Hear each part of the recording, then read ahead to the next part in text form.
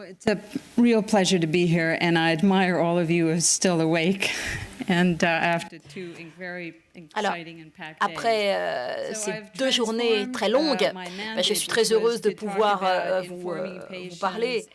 J'ai transformé un petit peu, en fait, vous voyez, ma vision. J'ai intitulé ma présentation «L'art et la pratique de l'oncologie». Alors pourquoi? Parce que j'ai été un petit peu obsédée par l'oncologie ces derniers temps, et au cours de l'année qui vient de s'écouler, j'ai eu énormément de plaisir à lire énormément de papiers, puisque j'éditais cette revue, et je crois que l'art d'informer les patients et la science de la communication, eh bien, je crois que tout cela vient avec la pratique. Et beaucoup de choses que nous considérons comme des opinions d'experts ou des recommandations ou des supports, eh bien, en fait, reposent sur ce qui, dans notre expérience, marche le mieux dans la pratique. Mais cela peut changer si eh bien, quelqu'un a une meilleure idée de la manière dont nous pouvons au mieux aider nos patients. Alors, ce dessin humoristique vient du New Yorker magazine, et je suis juste là, devant vos yeux, et personne ne semble remarquer ma présence. Donc, les patients eh bien, qui souffrent, qui craignent une mort prochaine, eh bien, là, l'idée, c'est de ne pas avoir peur, de les aider à affronter non seulement les questions existentielles, mais aussi les petites questions de tous les jours. Qu'est-ce que ça va avoir comme impact sur ma vie? Alors, hier et aujourd'hui, on a beaucoup entendu d'histoires sur eh bien, notre désir de concevoir des études cliniques qui vont pouvoir nous permettre d'apporter des éléments de réponse sur ce que nous pouvons apporter aux patients. Et moi, j'aimerais eh bien, partager avec vous un certain nombre d'idées qui vont dans ce sens. Ce qui est vraiment important, et la contribution importante qu'on peut faire à ce dialogue, eh bien, c'est une publication de l'Institut de médecine, Institute of Medicine, aux États-Unis. Et en fait, eh bien, c'est un rapport qui, j'espère, va influencer les politiques et j'espère même le financement, et eh bien, va faire avancer le débat. Alors moi, je n'ai rien eu à faire avec, je n'ai pas eu de participation active à ce rapport, mais j'aimerais eh bien, partager avec vous quelques-uns des éléments qui me paraissent les plus pertinents. Eh bien, cela parle de vivre et mourir en Amérique aujourd'hui. Et j'aimerais eh bien, mettre en relief les aspects les plus importants du soin. Il ne s'agit pas seulement de cancer, mais je pense que c'est pertinent par rapport à notre pratique. Alors, il s'agit de fournir un soin qui soit vraiment centré sur la personne et qui soit orienté vers les familles. Et j'aimerais eh bien, réfléchir un petit peu avec vous à ce que cela veut dire. Il faut que ce soit vraiment orienté vers les familles. Donc, ce n'est pas seulement centré sur la personne du patient, mais également prendre en compte la famille, reconnaître ce que la plupart d'entre nous, oncologues adultes, eh bien, avons un petit peu oublié, qu'il ne s'agit pas seulement d'une relation donc entre nous et le patient, mais que le patient eh bien, s'inscrit dans une famille, est entouré d'aidants, de soignants, de sa famille. Le soin est de plus en plus fragmenté, et eh bien, la charge qui repose sur les aidants au sein des familles est de plus en plus importante. Et alors, c'est vrai que on a maintenant des types de soins qui permettent eh bien, d'améliorer la qualité de vie. Alors ça, c'est une très très bonne chose, mais il faut aussi que le patient sache quel est son interlocuteur, à qui il doit parler, avec qui il doit avoir un rapport de confiance. La planification de soins avancés est essentielle, et les études eh bien, vont dans ce sens. Et c'est là que eh bien, des qualités de communication sont absolument essentielles. Il faut aider les personnes malades et les aider à comprendre ce qu'ils veulent ce qu'ils imaginent, souvent dans des moments où ils ne sont plus capables de penser par eux-mêmes, où ils n'ont plus d'indépendance et où ils ont perdu certains aspects de leur vie qui leur étaient le plus cher et où ils n'ont pas l'impression de pouvoir fonctionner correctement. Et c'est là qu'ils ont besoin d'énormément d'empathie. Les systèmes doivent venir en soutien de la communication entre cliniciens et patients. Ça, c'est difficile. Et je dois dire que, eh bien, comme on vient de l'entendre cet après-midi et hier également, on a entendu parler des difficultés d'avoir en fait les autorités, d'obtenir des autorités de tutelle, eh bien, un soutien pour mettre en place un certain nombre de pratiques. Eh bien, cela n'est souvent pas du tout soutenu par le système, par les gouvernements, par les systèmes de remboursement. Les incitations financières doivent venir en appui de modèles intégrés de soins et de normes de qualité. Et des normes de qualité sont absolument nécessaires. Il faut aussi obtenir vraiment un engagement public à vraiment normaliser les conversations autour de la mort. Cela demande de l'imagination, cela demande des ressources et je crois c'est vraiment quelque chose qui doit se faire au sein de la communauté et qui repose sur chacun d'entre nous. Alors, il s'agit de nos patients.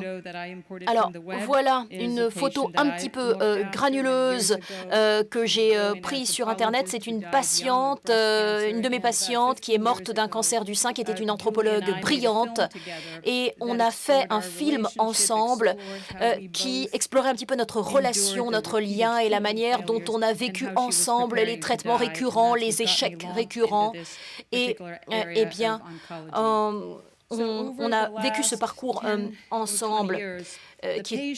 Et le patient, alors notre protagoniste, est passé du statut de victime au statut de protagoniste responsable, coacteur, décideur.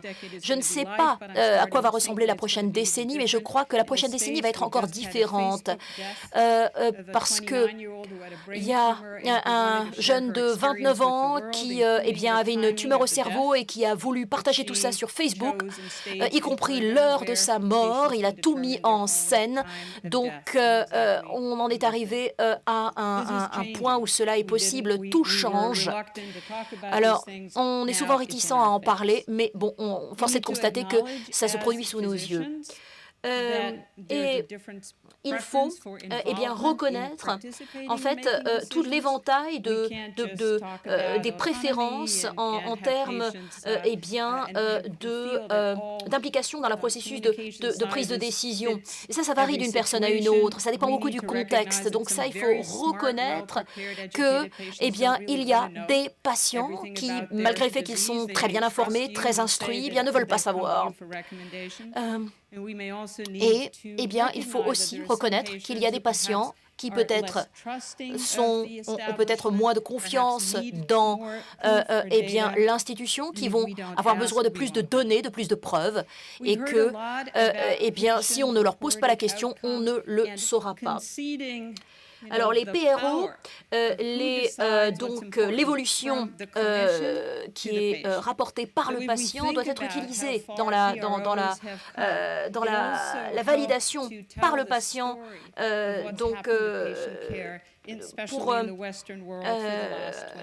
pour vraiment prendre en compte le point de vue du patient. On a validé le point de vue du patient et on a proclamé le patient en faisant un expert. Et en fait, on a décidé de faire confiance à leur propre évaluation, leur propre mesure de leurs symptômes. Et si on a décidé d'en faire des partenaires de choix et de confiance, il faut aussi qu'on leur fasse confiance pour leur parcours de soins. L'accès à l'information et cette forme d'activisme, de militantisme a vraiment changé cette forme de participation active, a vraiment changé la dynamique à l'œuvre entre patients et cliniciens. Et la question qui nous hante toujours, c'est que on veut former les cliniciens, les oncologues à de meilleures compétences de communication. Et on sait que eh bien, la bonne communication a un impact sur l'évolution des malades. J'ai passé 2 ans avec des collègues à regarder toutes les études contrôlées randomisées qui s'attachaient justement à la relation patient-clinicien et essayer de voir comment on pouvait faire une corrélation avec l'évolution du patient. Et au bout de 2 ans et de milliers d'études, eh bien, on n'a trouvé que 13 études contrôlées randomisées. L'effet était minime et quand on a soumis notre papier, eh bien, on nous a demandé de refaire l'analyse statistique et de transformer notre revue en méta-analyse et eh bien, ce faible lien statistique qui montrait que la bonne communication entre patients et cliniciens améliorait l'évolution du malade. Mais je crois que on a encore du pain sur la planche si on veut montrer de manière substantielle et probante cette corrélation. Chez les patients diabétiques, s'ils étaient avec des cliniciens qu'ils percevaient comme plus empathiques, eh bien, souvent, ils étaient moins observants de leur traitement. Ils pensaient... Donc, vous voyez, ça n'est pas toujours ce à quoi on s'attend. La famille joue un rôle très important. Les familles peuvent être très résilientes ou peuvent être très dysfonctionnelles. Donc, même avant le diagnostic, et quand le diagnostic intervient et qu'on leur demande leur participation, qu'on leur demande de mordre sur leur temps, leur activité professionnelle, et bien parfois ils ne réagissent pas comme on le souhaiterait, et cela pose des défis énormes pour les aidants au sein des familles. Parce que ce soit des soins physiques, la coordination de rendez-vous médicaux, transporter le proche à l'hôpital, etc., et bien, cela nécessite des réunions avec la famille pour pleinement impliquer ces aidants au sein de la famille dans le programme de soins. Et je crois que un des intervenants précédents a parlé de cela. Il y a le patient qui est au sein d'une famille qui est elle-même au sein d'une communauté. Et ça, il faut en tenir compte. Et c'est... Au sein de la communauté, la culture joue un rôle très important. Il y a des cliniques, des hôpitaux où eh bien, des gens qui sont des immigrés eh bien, ont besoin de soutien. Et je vais vous raconter une autre histoire. Terry Albrecht, qui est un psychologue dans le Michigan, eh bien, a des salles de consultation où et elle a montré cette vidéo où elle filmait des patients et des praticiens, et ce patient atteint de cancer qui était en rémission, et eh bien, le clinicien était en plein dans une étude clinique, et donc il voulait que le patient participe. Et donc le praticien quitte la salle parce que il avait un coup de fil auquel il voulait répondre, et pendant que le praticien était sorti de la pièce, eh bien le patient avait quelqu'un au téléphone et il lui a dit voilà ce que le médecin veut que je fasse, il veut que je fasse ci, il veut que je fasse ça, et le médecin est revenu dans la salle et le médecin lui a dit alors vous êtes d'accord, et le patient lui a dit non. Donc c'est quelqu'un d'autre qui a pris la décision. Donc mieux on connaîtra nos patients, mieux on pourra les aider dans ce processus de prise de décision. L'expérience de la maladie est éminemment subjective. elle est accessible par le biais de recherche qualitative, mais il faut, je crois que c'est très important de distinguer entre eh bien, le ressenti, le vécu du patient par rapport au monde de la maladie et la perspective médicale. Il peut y avoir quelque chose dans le vécu du patient, dans le ressenti du patient, qui peut entrer en conflit avec la perspective médicale et vice-versa. Et c'est là qu'il faut eh bien, creuser un petit peu, poser la question. Mais bien sûr, tout cela eh bien, n'a pas lieu dans un vide. Cela s'inscrit dans un système de soins, et un système qui est de plus en plus complexe, où le soin est de plus en plus fragmenté, où parfois il y a un manque de communication. Et donc, ce qui en résulte, eh bien, c'est qu'on a créé un problème auquel on essaie de trouver une solution. Et donc, vous voyez qu'on réfléchit au rôle que eh bien, les fournisseurs de soins locaux, de proximité, on pense au rôle qu'ils jouent et on compte sur ces gens pour faire un travail de pédagogie, d'intermédiaire. Et c'est très intéressant de voir ça. Il y a des espèces de stratégies de navigation pour essayer de créer un lien avec les communautés dans le dépistage des cancers, par exemple. Eh bien, il y a des recherches en cours pour essayer de voir quel rôle peuvent jouer ce type de stratégie. Alors, voilà, vous avez un patient qui lui dit « attention, ça c'est... vous m'en dites trop, là, trop d'informations. » Alors, l'information, la communication, c'est vraiment quelque chose qui doit aller dans les deux sens. C'est-à-dire que vous pouvez avoir un patient qui a beaucoup envie de parler et qui se retrouve face à un médecin qui n'a pas vraiment envie d'écouter, ou vice-versa.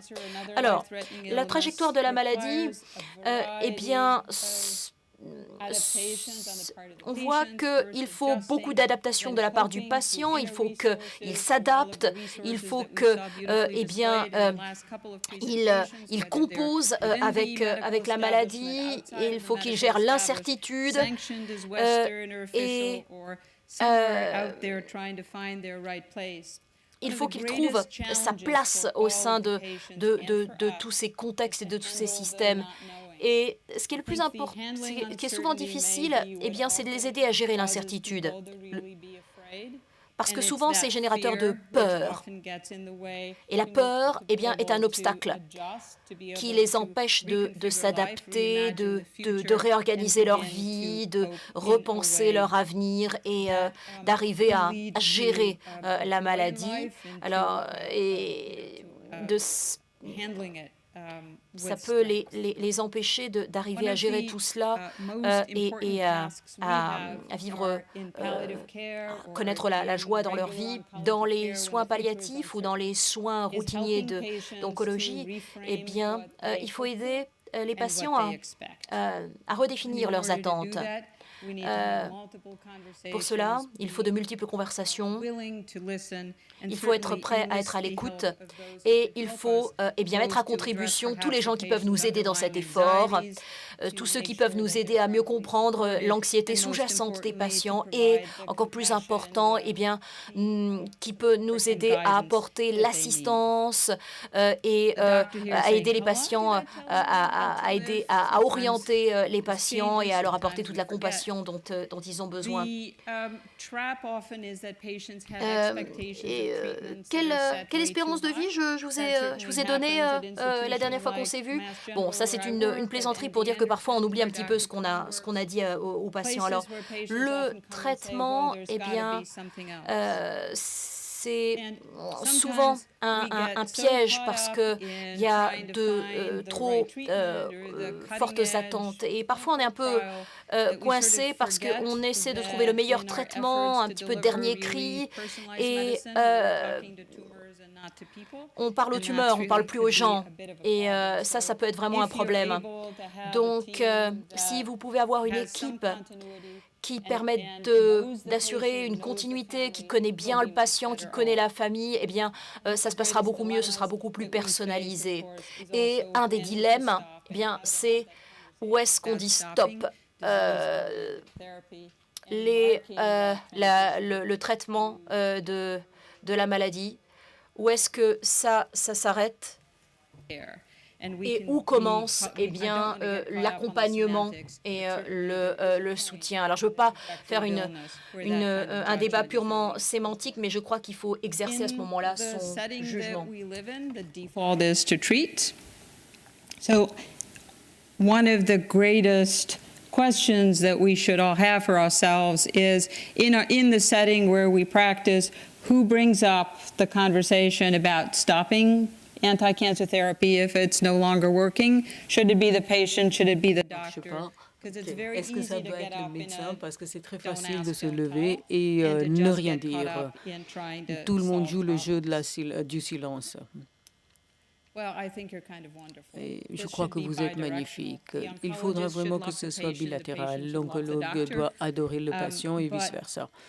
Mais rappelez-vous que ça demande du travail. Et une des choses qu'il ne faut pas oublier, que vous avez vu, il y a beaucoup de patients avec cancer et il y en aura beaucoup plus aux États-Unis.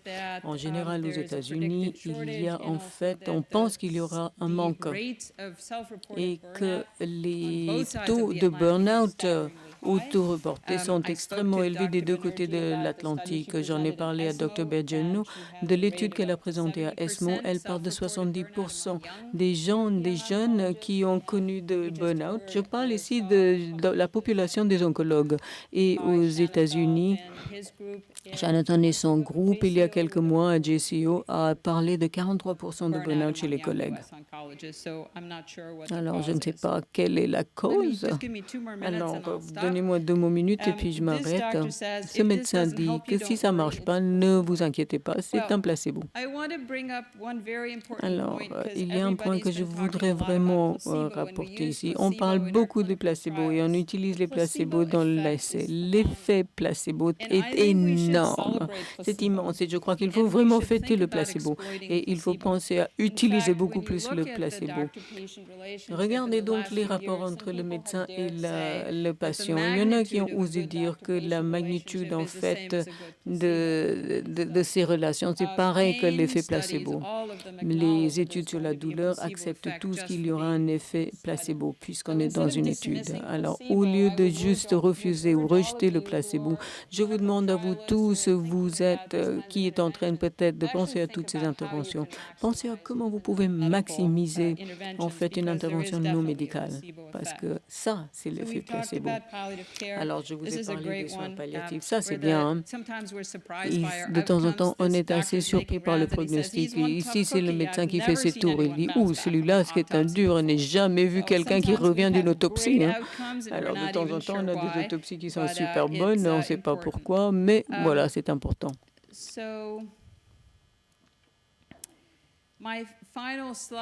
Donc, ici, le dernier, je vous dis, je n'ai pas votre point de vue sur ces soins intégratifs palliatifs. Quel est votre point de vue?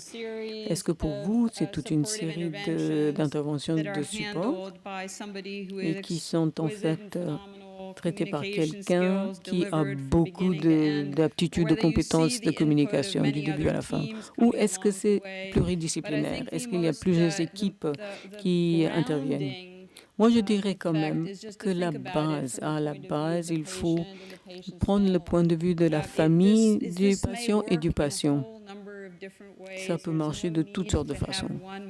Vous n'avez pas besoin d'un modèle que vous allez calquer sur toutes les situations. Tant que vous pensez à toutes ces dimensions que j'ai essayé de vous expliquer aujourd'hui, et pensez à faire chacun à votre mieux. Continuez donc cette présence très continue, très stable, que ce soit une personne ou plusieurs personnes. Et donc vous êtes là, vous accompagnez les patients à partir du moment de diagnostic jusqu'aux dernières heures. Merci.